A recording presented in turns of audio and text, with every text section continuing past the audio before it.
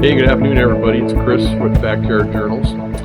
Hey, as you guys are well aware of, we're into fall now, and winter is actually fast approaching. We're in late October, and it's already been below freezing a couple nights. Tonight's supposed to freeze again tonight, and probably tomorrow too, and snow's coming in the mountains, so we might get snowed out of our mines for exploring here in the next few weeks. So anyway, hopefully we can get out again, time or two.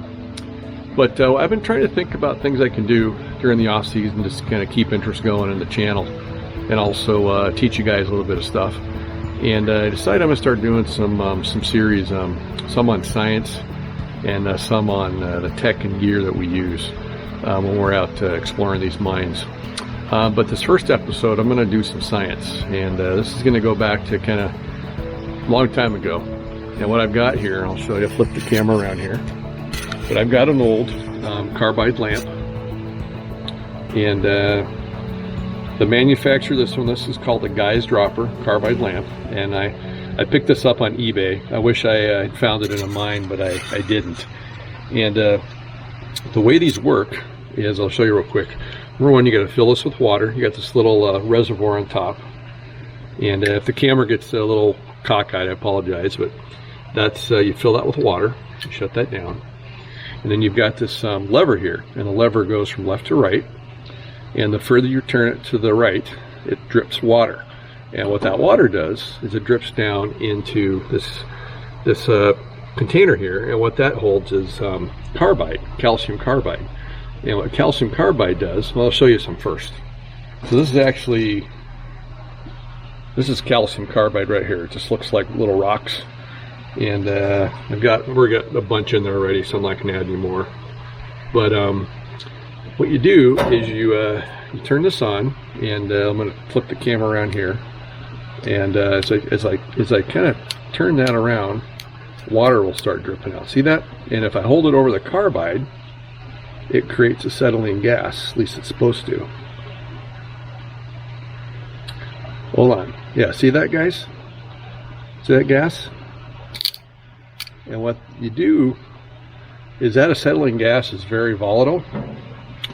So you screw this back on, and then you light it with a torch. I'm going to use a torch. This one originally came like with a little striker right here, but unfortunately that one is frozen, so I'm going to have to repair that. I'll probably do that over the winter time. But other than that, everything works fine. When I got this, it didn't work at all, and actually I actually almost had an accident. I'll show you what happened. When I first got it, I put it all together, and I put the carbide in there, and it was doing its thing, and I lit it, and we had a little flame come out, which is great. But on the sides, where this overlaps the lower area, a bunch of flame came out, and what happened is I didn't have a rubber seal. And if you look here, there's a rubber seal, and that's an original seal. What I did is I got a hold of a guy on eBay was selling basically new old stock, so it's all brand new, but it's all 80, 100 years old. He just had some of it, and so I got some O-rings and stuff, and so we're good to go. So what I'm going to do, excuse me, I'm going to go ahead and put some other carbide in there. I'm going to go ahead and screw this back on. So I'm going to put the GoPro down for a second, and then I'll get going on this. Just be patient here for a second. All right. So I'm going to screw this on.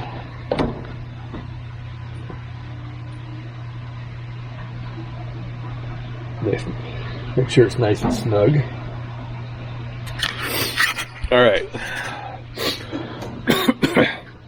All right, sorry guys, I don't have a cold. I just sucked in a bug or something, I think. So what we're going to do here is I'm going to turn this, and that's going to create a chemical reaction, just going to create acetylene gas, and then I'm going to light it. Just watch this. This is cool. There you go, just like that. Boom. That's how easy it is, and you can control the flame by adjusting this lever here. Obviously, if you turn it down, the water's going to stop dripping in there, and it's going to lower the flame.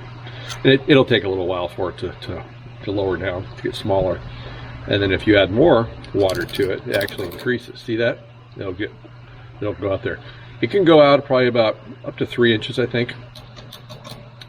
And how it works is it's got this little reflector on there. Whoa! See that? That's not good. So we're going to turn this off. That's exactly what happened to me the first time.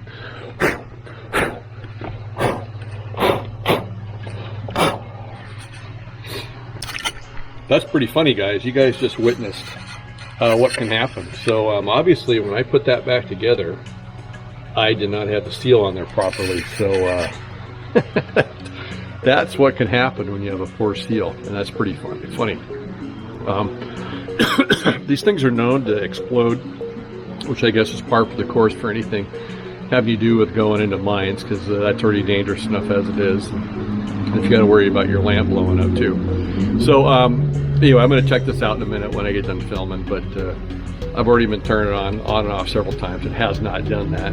So I'm assuming that when I put it back together this time, the seal just wasn't on there good enough. So anyway, so yeah, that's it. So we're going to do more stuff like this. Probably in the future we'll do maybe some drone video about drones and some of the tech equipment that I use.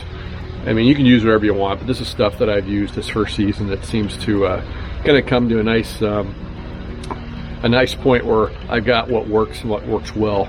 You know, when you're starting off, you think you know what's going to work, but then over time you kind of refine it to what works best. So and that'll change again probably once we get into the winter.